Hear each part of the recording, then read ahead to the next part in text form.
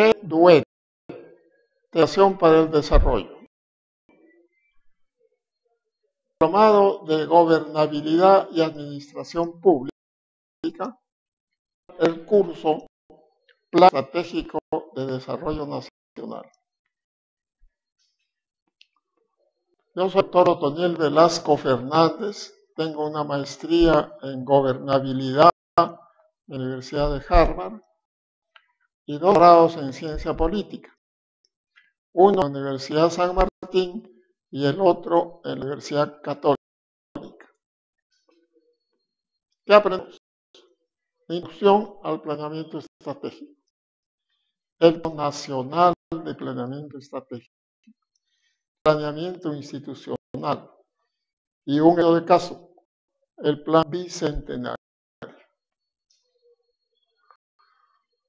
De señalar que el país es muy vulnerable al entorno internacional por su país periférico. Entonces, cuando vienen situaciones de crisis en el exterior, inmediatamente se repercuten en el país, particularmente el precio de los metales o de los minerales, que es nuestro principal producto de exportación de Colombia. Estos vaivenes se traducen en las modificaciones de lo que se llama los del intercambio, esa relación que hay entre los precios de exportación y los precios de importación. Mostrado por varios estudios que a largo plazo términos de intercambio son desfavorables para los países que exportan materias primas. También ha demostrado que cuando los términos de intercambio son desfavorables, se produce una crisis económica y política en el país. Y cuando son favorables, hay auge económico y estabilidad política, de que los gobiernos sean democráticos o autoritarios. Durante el siglo XIX y XX, el entorno internacional ha sido determinado por Europa, Estados Unidos y más tarde por Japón. En el siglo XXI han habido nuevos actores internacionales, particularmente China y la India. Hay que tener en cuenta que entre China y la India significan el 40% de la población mundial. Los Estados Unidos y de la Unión Europea, que viene desde el año 2008 y que se va extendiendo hasta ahora, va afectando mucho porque precisamente la demanda de materias primas por la India y por China compensando la menor demanda de Europa y de Estados Unidos. Y como es posible que en la India continuarán creciendo en los próximos 15 a 20 años, están en un acelerado proceso de urbanización, es probable que los metales tengan saltos en el futuro, lo que nos ofrece una ventana de oportunidad para poder diseñar una política de desarrollo a largo plazo. En esta gráfica podemos ver la evolución de los precios internacionales del petróleo desde los 50. Ya ven ustedes cómo se ha mantenido estable. Lo tenido estable es hasta el 2002-2003 y a finales del 2003 empiezan a subir y esos precios ahora se mantienen altos. En esta tabla podemos ver la relación estrecha que hay entre términos del intercambio, el Producto Bruto Interno, el PIB público y la inflación. 4 periodos históricos desde el año 61. Del 51 al 75 hemos tenido términos de intercambio favorables. Por tanto, la tasa de crecimiento promedio del PBI ha sido alta. Los públicos han sido bajos, menos del 2%, y se han estado en menor dígito, o sea, un máximo de 9%. Esta situación cambia desde el año 73 y produce sus efectos negativos en el Perú a principios del año 75. Cambia porque viene la crisis del petróleo. El petróleo determina que suban los precios internacionales del petróleo, que estaban a un promedio de 8 o 10 dólares desde principios de siglo, a 40, 50 dólares de esa época.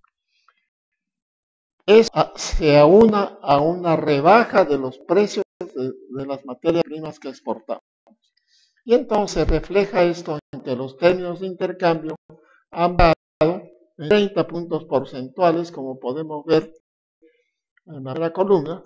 Eso afecta el crecimiento de la economía, que solamente crece el 0,02% en el periodo 75-91, y la población ha crecido en ese periodo al 2,5%. Es decir, que el PBI per cápita ha disminuido. Y así encontramos que en el 91 el PBI per cápita en Perú era menor al PBI per cápita del año 75. Esto trae también como consecuencia que el déficit fiscal se dispara en un 7%, que es lo que tienen ahora los países desarrollados como Estados Unidos, España, Francia, y por eso es que tienen los graves problemas que nosotros hemos tenido durante la década del 80. Y la inflación se ha disparado, y ya ven ustedes en la última columna que el promedio anual ha sido de 600%. Hay que recordar que el año 90 la inflación llegó a más de 3.000%. Es una tasa de inflación diaria de 10%. Tenemos una tasa anual de menos de 3%. El periodo 92-2000 continúa el deterioro de los términos del intercambio, pero no afecta mucho el crecimiento del PBI, que como vemos crece a un promedio de 4%. El gobierno de Fujimori procede a la privatización de las empresas estatales. Introduce lo que se llama el shock de estabilización macroeconómica, que nos causó severísimos problemas, pero larga permitió recuperar la economía que se había desestabilizado en la década del 80. Y la inflación, el déficit fiscal se reduce al 2% y la inflación también se reduce ya a niveles razonables, como en la última columna. A finales del 2004 la situación empieza a cambiar. Los términos de intercambio suben. Ustedes que de 96% de promedio del periodo anterior sube 122%. Y digamos, en el 2011 los intercambios subieron a 143 puntos. Esto ha permitido que la economía crezca a una tasa promedio de 7%, el déficit fiscal se mantenga prácticamente debajo del 2%, y la inflación se venga debajo del 3%.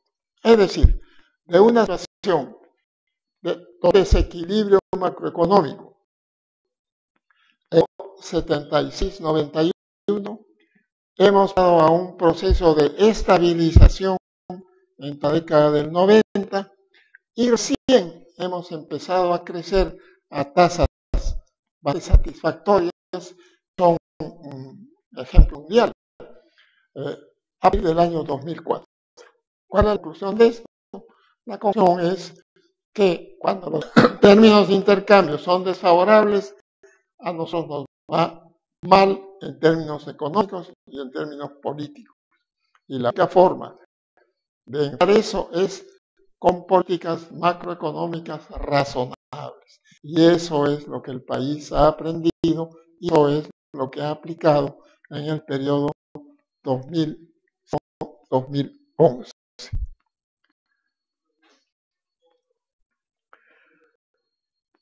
La vulnerabilidad externa se traduce en que no algunos problemas centrales del país, porque también podemos denominarlos los nudos críticos.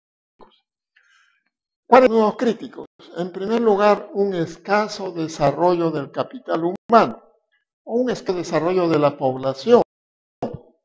Todavía tenemos un 20% de la población en situación de pobreza monetaria y una exclusión social. El problema es el poco articulado, con carencias de infraestructura. Finalmente, un tercer problema es de un aparato estatal moderno, burocracia médica, con organización rígida, no adecuada a la descentralización y no planifica en serio, como saber más adelante. La población, ustedes, cambio sustancial que ha ocurrido entre el 40 y el 7. En el año 40, el 28% de la población en la costa y el 65% en la sierra, menos del 7% en la Amazonía. Nos vamos al año 2007 y resulta que la población ha migrado de la sierra a la costa fundamentalmente, porque vean ustedes que de 65% que habitaba en la sierra ha llegado al 32%. Y costa ha pasado a cerca del 55% de la población. También hay un crecimiento significativo en la Amazonía, donde se ha duplicado la población. En 30 años, la población se ha litoralizado. Ha habido lo que se llama la gran migración interna. Es consecuencia de que el Estado Nacional ha mantenido abandonada la sierra durante todo el siglo XX, en realidad desde la fundación de la República. La población de la sierra, de que no recibía servicios ni infraestructura de parte del poder político residente en Lima, empieza a migrar. Y esa migración se hace masiva, no solamente a Lima, sino a toda la costa, y más adelante las ciudades más importantes de la sierra. Como vemos en esta que la población, al migrar de la sierra a la costa, se ha urbanizado. Es decir, en este momento el 76% de la población es urbana y el 24% es rural. Una diferencia sustancial en relación con los años anteriores. La característica importante de la demografía es que la tasa de crecimiento demográfico en el periodo intercensal ha aumentado desde el 40 al 61, era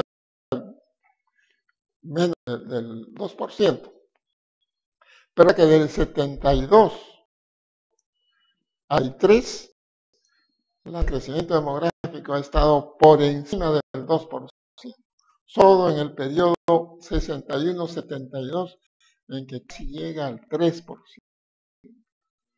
Y probablemente empieza a bajar. Y esta tasa de crecimiento, por supuesto, es más alta en las zonas, más baja en las zonas rurales. Y el último censo del 2007 nos muestra que la población rural ya no ha crecido. Desde el 93 al 2007 se ha mantenido estancada la población rural.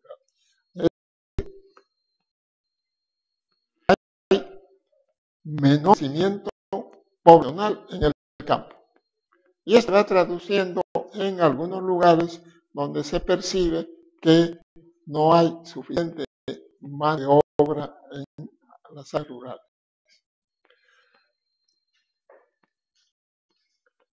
Otra de nuestra población es que es una población joven, de lo que se llama el bono demográfico.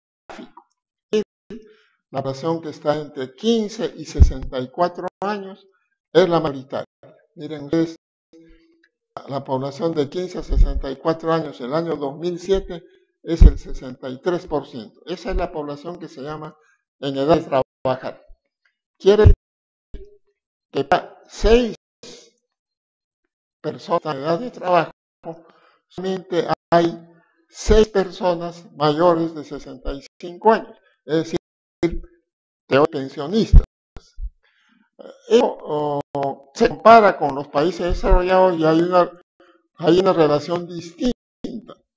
Cada vez menos población en edad de trabajar y más edad, más población por entre los 65 años. Que les está generando un problema para el mantenimiento de las pensiones. Por tanto, nosotros debemos aprovechar la situación de juventud de nuestra población. Es lo que se denomina el bono demográfico. En los próximos 20 o 30 años vamos a gozar de ese bono demográfico.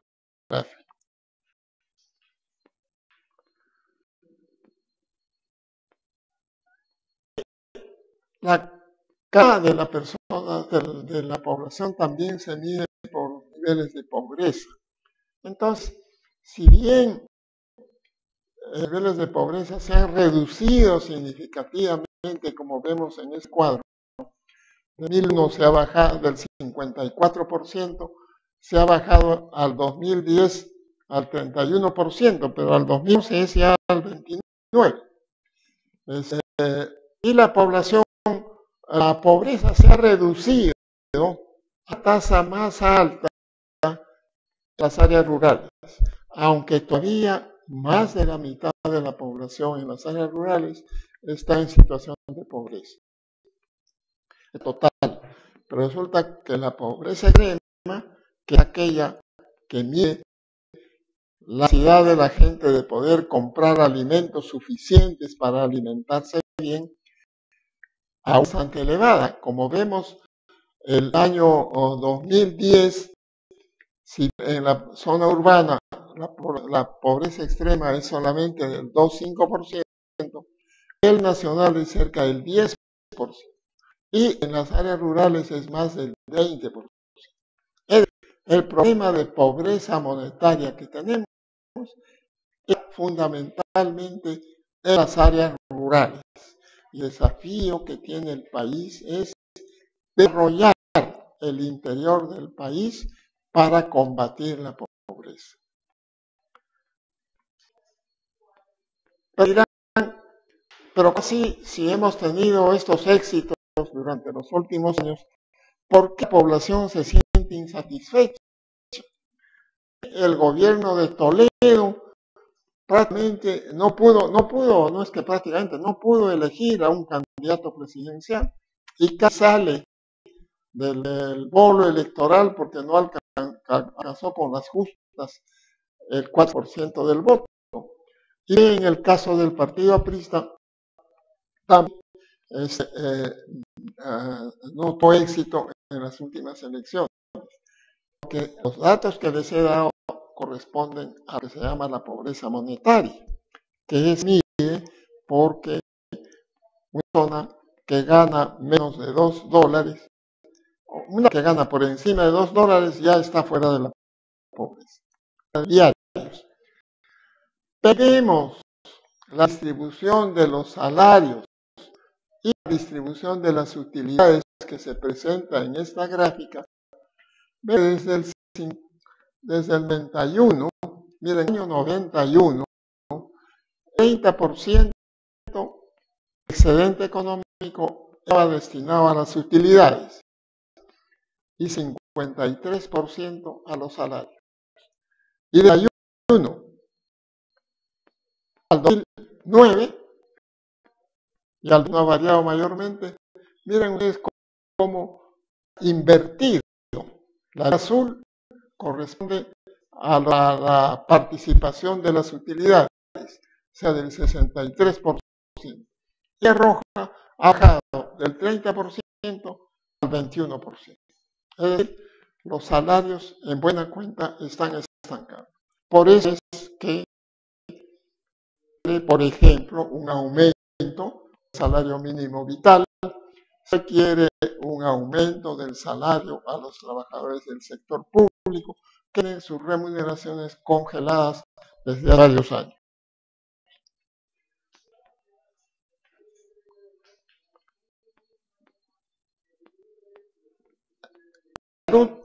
Podemos ver que la situación ha ido mejorando. La salud se mide por expectativa de vida al nacer, es decir, un niñito que nace hoy, ¿qué expectativa de vida tiene? ¿Cuántos años puede vivir en promedio a futuro?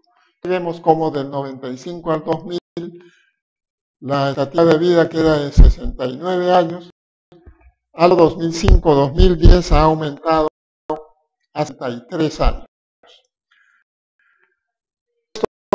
Mujeres viven más, porque ustedes ahí en la última columna, mientras varones solamente tienen una expectativa de vida de 70.5 años, las tienen cerca de 76 años. Por eso es que verán que viudas que viudos. Ahí uno ve que las mujeres no son tan sexo débil, para que físicamente son un sexo fuerte.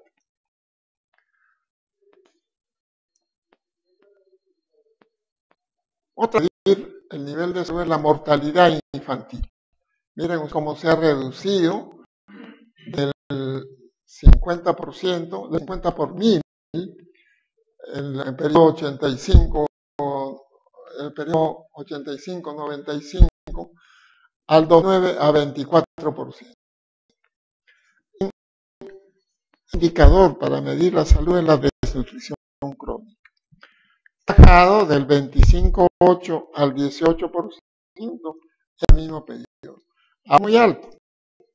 La misma cifra que ha salido para el 2011, que ya se ha publicado, señala que la desnutrición crónica está en 15%. Entonces, es muy alta. Y el gobierno de Humala ha prometido reducir esta desnutrición crónica al 0%. No creo posible, pero sí puede reducirse significativamente. Gracias a que hay esta reducción, gracias a que durante el gobierno aprista se ha implementado el programa de atención a la nutrición. Es un programa multisectorial, es un resultado multisectorial y se ejecuta a nivel de los 3 niveles de gobierno. Y ha tenido éxito. Y si sigue en ese camino, que es como ha pedido el actual gobierno, vamos a reducir significativamente la desnutrición infantil. Esto implica que a futuro vamos a tener una población nutrida, van a ser más altos nuestros compatriotas, van a tener mejores niveles de salud y por tanto van a poder mirar mejor la educación que se les proporcione.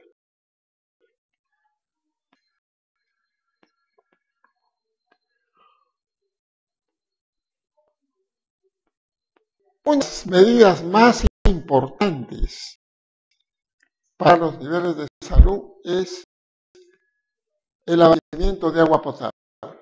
Entonces, en esta tabla estamos viendo que a 2010 todavía el 43,4% de la población no tenía acceso a agua potable. En Lima metropolitana, el 8% de la población no tiene acceso al agua potable. Y en el resto del país vemos allí las cifras, y sobre todo en las áreas rurales, el 70% de la población tiene agua potable. Es una de las tareas más importantes frente. Debemos diseñar mecanismos que permitan en un plazo relativamente corto dotar de agua potable y desagüe al 100% de nuestra población.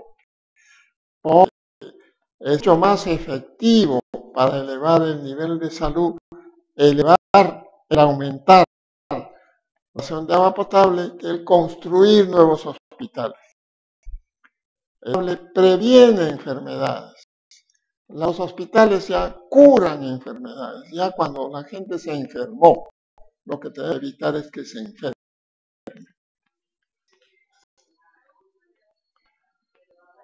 Característica importante del capital humano o de la calidad de la población es la educación. Lo que observamos en el país es que hay un elevado grado de escolarización. Ya sabemos que al 2009 el 75% de los niños de 3 a 5 años estaban matriculados, el 98,5% de los niños de 6 a 11 años asistían a la escuela y el 92,4% de los 12 a 16 años también estaban asistiendo a las escuelas. Gran extensión de la población, la educación. El promedio de años de escolaridad en la población de 15 a más años, cerca de 10 años. El analfabetismo se ha reducido al 7,4% en el 2010. Para el 2011 se estima que está en 6,8%. Esta gran extensión tiene como contrapartida la mala calidad de la educación. Y las pruebas PISA, o sea, las pruebas que determinan el grado de comprensión, de lectura, el grado de conocimiento de matemáticas básicas. Un país en los últimos lugares de América Latina. Nuestra educación, si bien se ha universalizado, tiene mala calidad. Y esa mala calidad tengo que mejorarla. Y la mejora empieza por elevar los salarios a los maestros. La mejora de la educación empieza por revisar la currícula, por extender las horas lectivas, etc.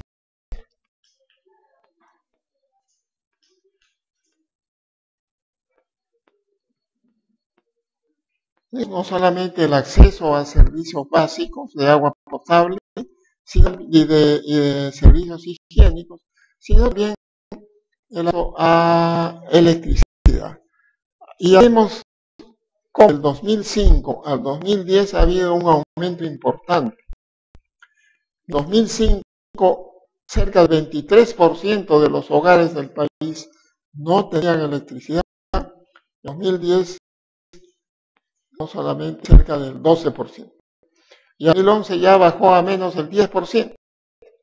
Y en 2016 es posible que logremos que 100% de la población, de los hogares del país, tengan electricidad conectada en sus domicilios.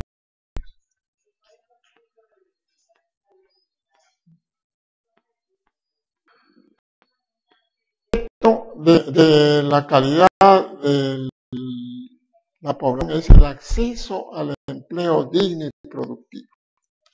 En primer lugar, hay un problema de relaciones laborales. En la década del 90 se desmantelaron todas las conquistas laborales que se habían logrado desde la década del 30. Y solo recientemente, hace un par de años, a raíz del convenio del Tratado de Libre Comercio con Estados Unidos, es que se mejoran las posiciones para promover la sindicalización, por ejemplo, de trabajadores. El problema no está resuelto, porque la Ley General del Trabajo es discusión en el Consejo Nacional del Trabajo desde hace 11 años. Y ahora se ha presentado al Congreso y ya estamos viendo que hay una serie de opiniones en contra. El argumento que se utiliza es para rigidizar el mercado laboral. Si le falta son empleos. Y entonces al rigidizarlo lo único que hacemos es ayudar a los trabajadores sindicalizados. Sin embargo, el gobierno de Humala ha ofrecido aprobar la Ley General del Trabajo y en general, este gobierno muestra una disposición laboral. ¿Qué ha pasado en el mercado laboral? De 30 al 60 había más o menos un equilibrio entre la oferta y demanda laboral. A partir del 70, como consecuencia de ese crecimiento demográfico que les señalé anteriormente, y la migración interna, la demanda laboral aumentó enormemente, sobrepasó la oferta de puestos de trabajo. Y entonces eso trajo como consecuencia la reducción de salarios que hemos visto en una gráfica anterior, y más esto se complementa con el desmantelamiento de las normas que protegían a los trabajadores.